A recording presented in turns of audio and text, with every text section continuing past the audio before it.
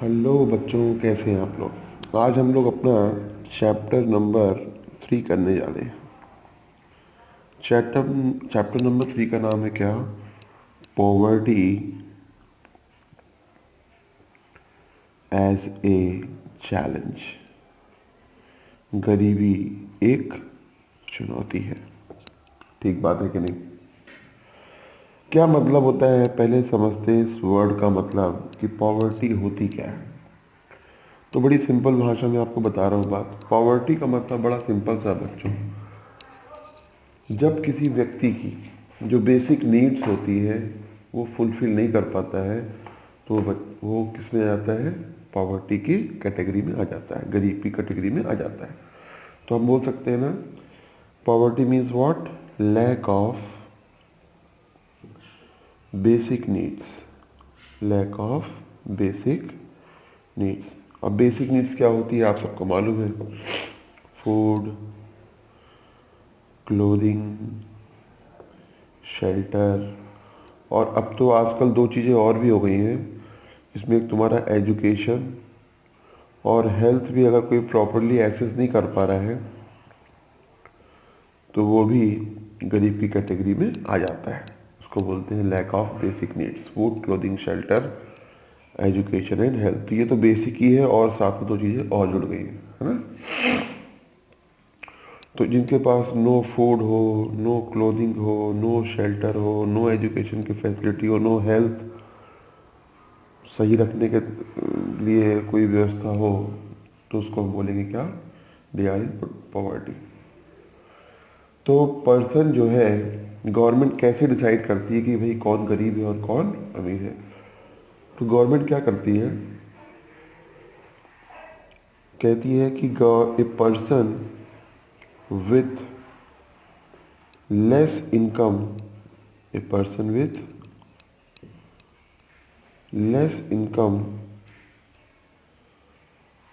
Then poverty line, poverty line is considered poor। और poverty line को decide कौन करता है? तो poverty line is decided by government. Government इसको डिसाइड करती है। तो कैसे डिसाइड करती होगी? तो वो किन किन चीज़ों को लेती है बेस? तो यहाँ पर लेती है price of the food. Price of food हो गया, क्लोथ्स हो गया, रहने के लिए हाउसिंग फैसिलिटी है कि नहीं, हाउस हो गया, वाटर हो गया, और जितनी भी बेसिक नीड्स होती हैं उन सबको अगर हम काउंट करते हैं और देखते हैं कि अगर वो अफोर्ड नहीं कर पाता है तो हम उसको बोल देते हैं कि ये क्या है? Below poverty line. बस बिलो पॉवर्टी लाइन का मतलब बड़ा सिंपल सा है कि गवर्नमेंट ने मान लीजिए कि कोई यहाँ पर इनकम डिसाइड कर रखी है, कोई भी इनकम डिसाइड कर रखी कि इसके नीचे जो भी आएगा इस इनकम के नीचे, तो वो बिलो हो गया पॉवर्टी लाइन। और ये लाइन है तो बिलो पॉवर्टी लाइन। जो इससे ऊपर कमा रहा है वो क्या कहलाता है? Above poverty line. ठीक है बच्चों यहाँ तक? अच्छा, अब फिगर्स देखते हैं। फिगर देखने में मालूम पड़ता है हमको कि 2011 और 12 में जो गवर्नमेंट ने फिगर निकाले थे, तो रूरल एरिया में बताया गया कि जो 816 रुपये जो आदमी व्यक्ति कमाना चाहिए, और अर्बन में कम से कम कितने रुपीज़ कमाना चाहिए? 1000। सर ऐसा क्यों कि रूरल एरिया में कम और अर्बन में ज़्यादा? तो आपने कभी देखा होगा, जो रूरल एरियाज होते हैं वहाँ पे चीज़ें सस्ती होती हैं, यानी कि वहाँ पे पैसे कम खर्च होते हैं, और शहर में लोग रहने वाले ज़्यादा एक्सपेंस करते हैं, ज़्यादा खर्चे आते हैं। या फिर जैसे आप कहीं बैकवर्ड एरिया में मकान लेंगे किराए पे, रेंट पे, सस्ता मिल जाएगा। ज़मीन लेंगे सस्ती मिल जाएगी। लेकिन वही अगर शहर में लेंगे तो क्या होगा? बहुत ज़्यादा एक्सपेंसिव होता है ना।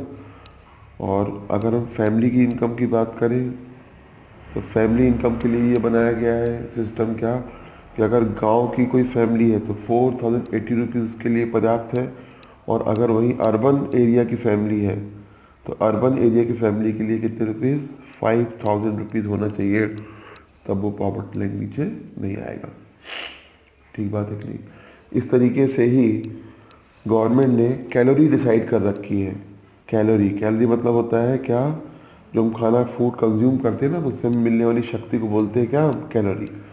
तो कैलोरी के अंदर बताया है कि जो रूरल एरियाज़ हैं, रूरल एरिया और एक अर्बन एरिया, यानी कि शहरी क्षेत्र एक ग्रामीण क्षेत्र, तो रूरल एरिया में लोगों को 2400 कैलोरी मिलना चाहिए और अर्बन एरिया में 2100। रीज़न क्या है सर कि रूरल एरिया को कैलोरी ज़्यादा मिलना चाहिए? क्योंकि यहाँ के लोग बेचारे फिज़िकल लेबर बहुत करते हैं, यानी कि शारीरिक मेहनत बहुत करते हैं, खेतों में काम करना और वगैरह वगैरह, खेती किसानी काम करना, गाय भैंस का काम करना और हल चलाना, फिजिकल लेबर ज़्यादा करते हैं, इसलिए इनको कैलोरी यानी इनको फिजिकल लेबर वालों को ज़्यादा ताकत की जरूरत पड़ती है, क्योंकि फिजिकल लेबर ज़्यादा करते हैं, कैलोरीज बोलते हैं इसको। और यहाँ पर तो लोग शहरों में फिजिकल लेबर कम करते हैं, अपना ऑफिसेज होते हैं या फिर बाइक से जाना है, कार से जाना है, तो इनकी फिजिकल लेबर कम होती है। ठीक बात है कि नहीं? अब एक इंटरनेशनल सर्वे भी हुआ है। इंटरनेशनल सर्वे में बताया गया है, इंटरनेशनली अगर कोई पॉवर्टी की रेंज में आता है तो वो क्या बताया गया रेशियो समझना, अगर किसी व्यक्ति की इनकम 1.9 डॉलर से कम है तो वो क्या है, अगर इतना पैसा भी नहीं कमा पाता है, इसका मतलब वो क्या है, गरीब की कैटेगरी में आता है।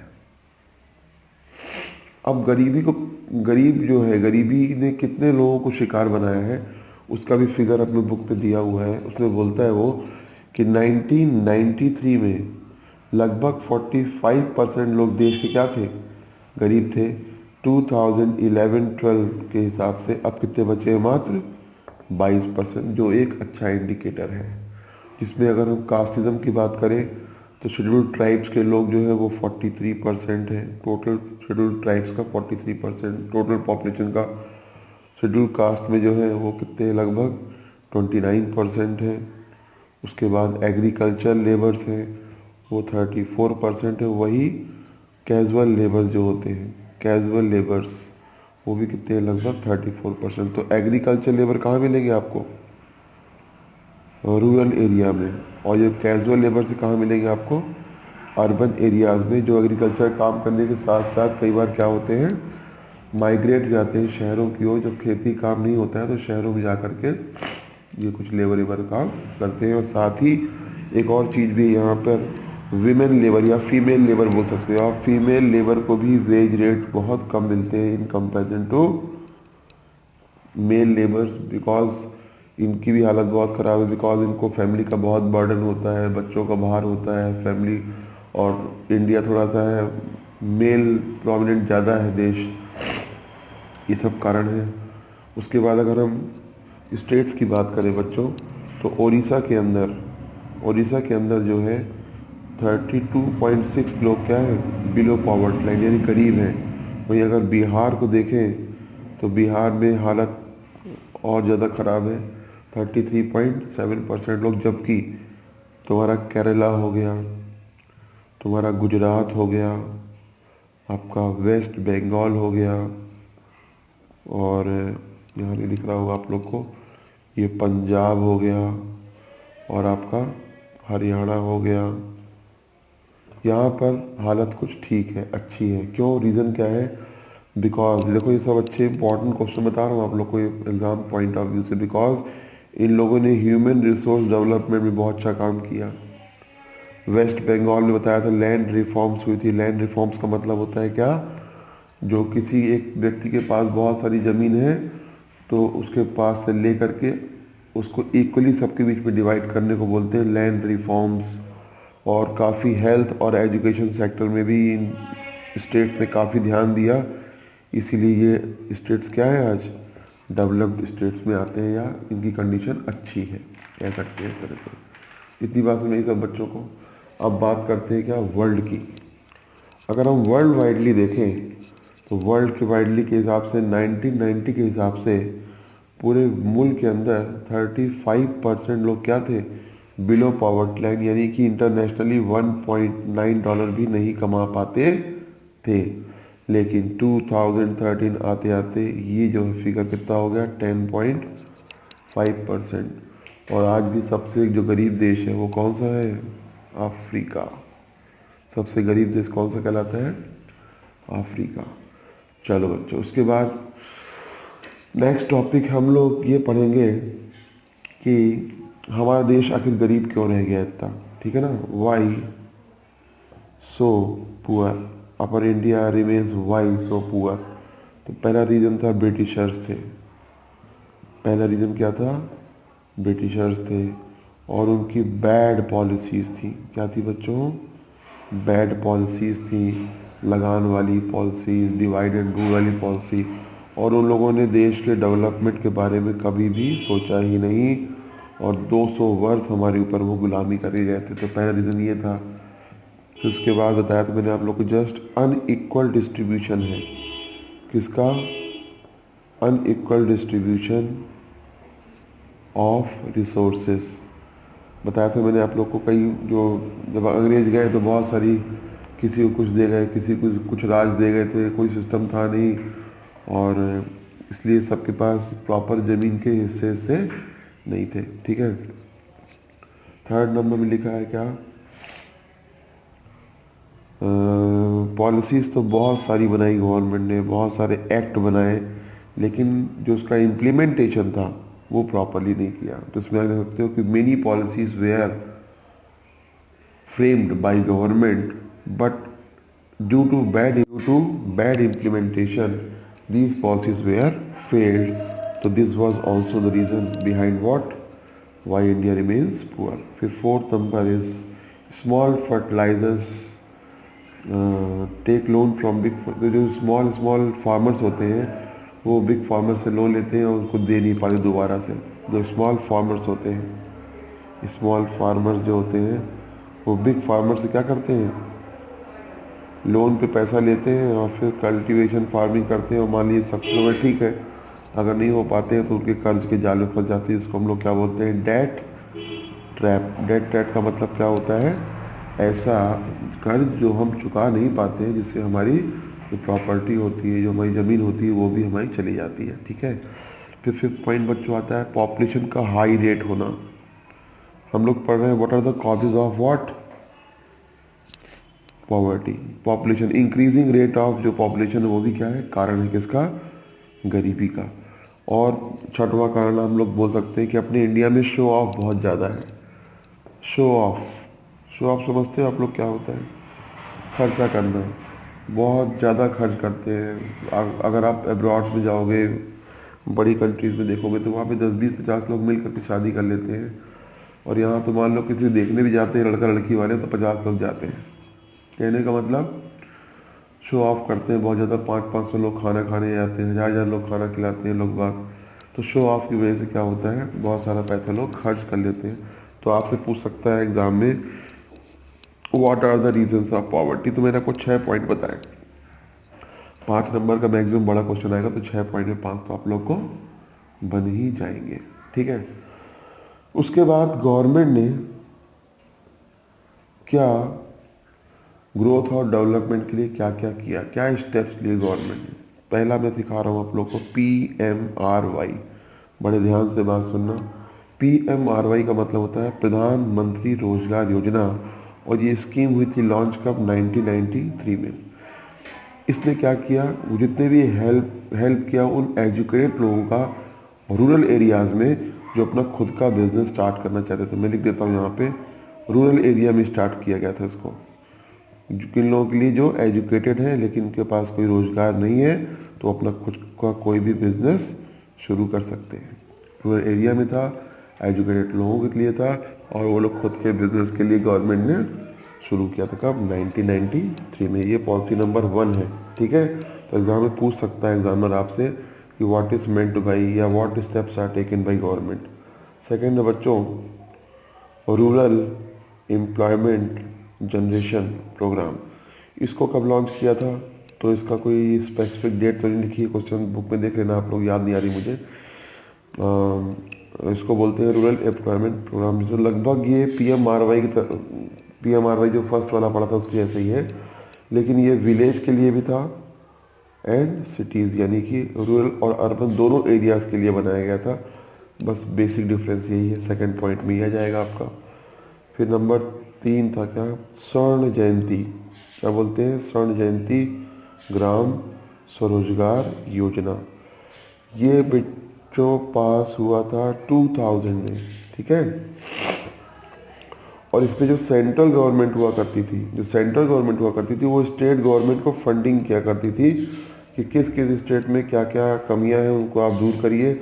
जैसे स्कूल नहीं है तो स्कूल बनवाने में खर्च करिए, क्लिनिक नहीं है तो क्लिनिक के लिए खर्च करिए, हाउस नहीं है लोगों के पास तो हाउस के लिए खर्च करो आप।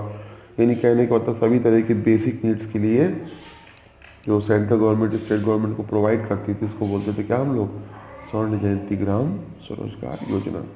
ये स्पेशली ग्राम माने होता है गांव के लिए थी, ठीक है, या कह सकते हैं रूरल एरियाज के लिए। फिफ्थ पॉइंट आएगा बच्चों बहुत इंपॉर्टेंट, इसका नाम है NREGA, national rural employment guarantee act, and it was passed in the year 2005 and this one is important, remember this, okay. ये आपका 10th में भी आया है कई बार। नरेगा इसको बोलते हैं, national rural employment guarantee act. इसके खास खास फीचर्स क्या है। पहला फीचर क्या है बच्चों, गवर्नमेंट जो है आपको 100 डेज़ का जॉब इसमें प्रोवाइड कराती है, 100 डेज़ का जॉब कम से कम प्रोवाइड कराएगी। और ये लगभग 200 डिस्ट्रिक्ट में इसको शुरुआत किया था, ये पहला फीचर इसका। पॉइंट नंबर 2, 1/3 जो जॉब है, जो 1/3 जॉब होंगे वो फीमेल्स के लिए क्या है, रिजर्व है, वो सिर्फ वही काम करेंगी, वीमेंस काम करेंगी, ठीक है। जो कि आज ये 200 डिस्ट्रिक्ट से कितने डिस्ट्रिक्ट में हो गया है, 600 डिस्ट्रिक्ट्स में ये पूरा तरह से फैल चुका है नरेगा। और लिखा है कि गवर्नमेंट अगर 100 दिन का if government is not able to provide employment within 15 days then the person is eligible for what, for unemployment allowance. अगर 15 दिन के अंदर जॉब नहीं मिलती किसी बंदे को तो गवर्नमेंट जो है उसको क्या करेगी, वो एलिजिबल बन जाता है, बंदा एलिजिबल हो जाता है किस बात के लिए, डेली का उसको हमें क्या देना पड़ेगा, डेली अनएम्प्लॉयमेंट